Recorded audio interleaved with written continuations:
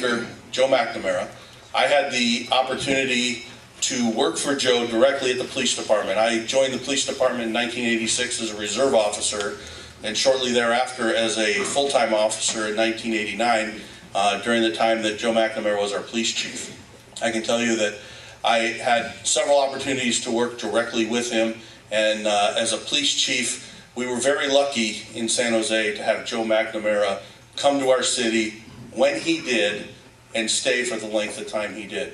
He began his career in law enforcement in New York as a New York police officer, walking the beat in Harlem, working his way up through the ranks of the police department until he had an opportunity to go to Kansas City and become a police chief in the city of Kansas City.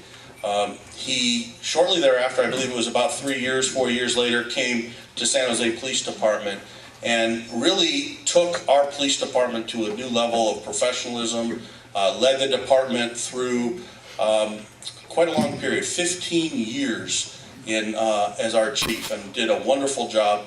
I know that all of the officers in the back, I believe, had the opportunity to work under Joe's command as I did, and we are very proud to this day to have done that. In addition to being a police officer, he is an academic scholar.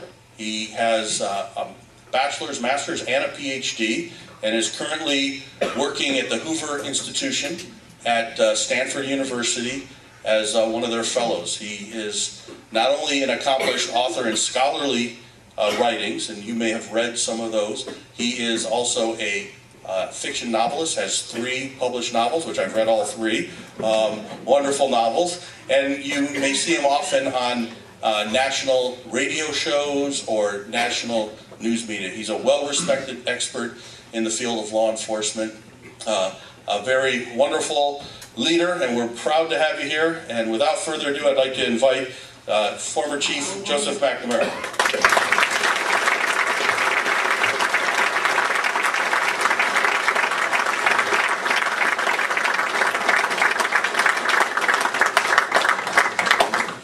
Thank you, Pete. That's the nicest introduction I've had this year. Good evening, ladies and gentlemen. It's a great pleasure to see you here, and kind of thrilling to see how many of you have come out because you're interested in government. I'd like to do a few things tonight in the time allotted, and then look forward to your questions and comments, which are always the most interesting part to me. What I'd like to do, to the extent I can, is to try to briefly bring you into the rather strange world that police officers work in, because the main thrust of my remarks tonight is that police civilian review boards actually increase crime and do not achieve their goals. But first, a little police humor. One of my retired colleagues came to me and said that since his retirement, he goes downtown for coffee every day, and he was in the coffee shop. He said, honestly, I had 1 cup of coffee, I was in there 5 minutes, and I came out, the police officer was writing a ticket, overtime parking as a meter. And I said to him, officer, don't you give a senior citizen a break? And he said, the cop didn't even look at me. So I said to him, hey, look, officer, I pay your salary. Then he looked at me, and he added another violation to the ticket. Your license plates are obscured. And I said to him, well, what are you, some kind of Nazi or something? And then he said, and also, your rear view mirror and your front mirror are defective, and he added that to the ticket. And the old-timer said to him, this is outrageous, it's Gestapo tactics.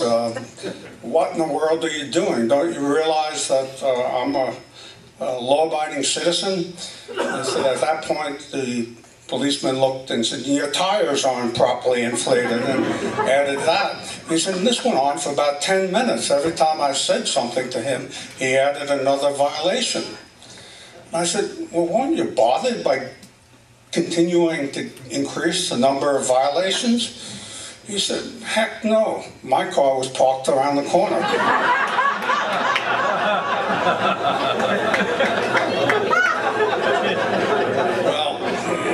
Understand that police see a lot of things that you never see in life, and luckily you don't. And so we do have a kind of strange sense of humor in a lot of ways.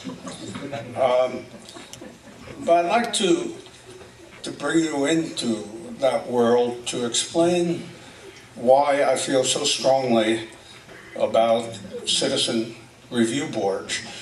It was a half-century ago, as a young man, that I became a police officer, and New York City had a 4.5-month academy that was the most advanced of any police department at that time.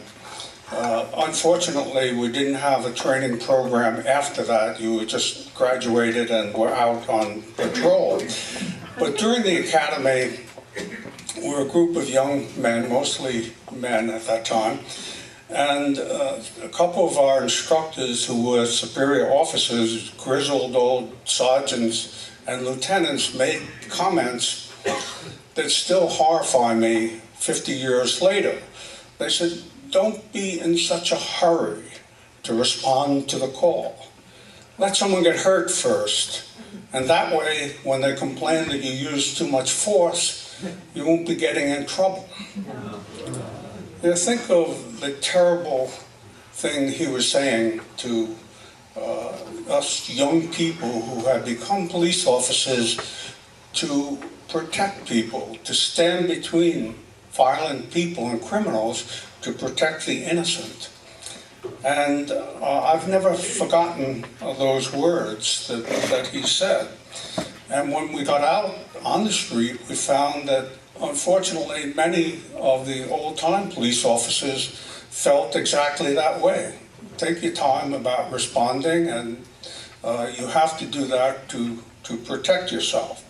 Naturally, we didn't pay any attention, and I was walking a beat one day. We didn't have any radios at that time, and I was assigned to Harlem, the highest crime precinct in New York City, where in 1 square mile we had 220,000 people living and 100 murders a year.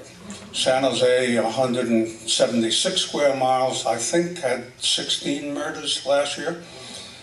In any event, I turned the corner and saw a crowd gathered a block away, and as we were trained to do, I went to see what was happening, and as I got closer, the crowd split open. A man looked and saw me and started running. I could see another man lying on the ground, and someone runs like that, and the crowd was yelling out. Well, I chased him and caught up to him a block away, and he turned to face me with a big bloody kitchen knife in his hand. Well, I hadn't known what he had done, so I had no chance to draw my weapon, and I had my baton, and I'd been playing semi-professional baseball at the time. And, well, I hit kind of a home run against his left shin. And he didn't really want to fight with me anyway, and I arrested him, and it turned out the man he stabbed died, and it was premeditated, and he was indicted for murder 1. And that was my first arrest as a policeman. When I got to the station house, the lieutenant chewed me out in front of the prisoner, saying that I was crazy because I had walked my prisoner 3 blocks along the street, and you weren't supposed to do that because in Harlem, crowds surrounded the police officer and attacked the police officer and freed the prisoner. I had deliberately not taken him back to the scene of the crime because there was a police car on the scene. At that point, I knew the victim was going to get an ambulance.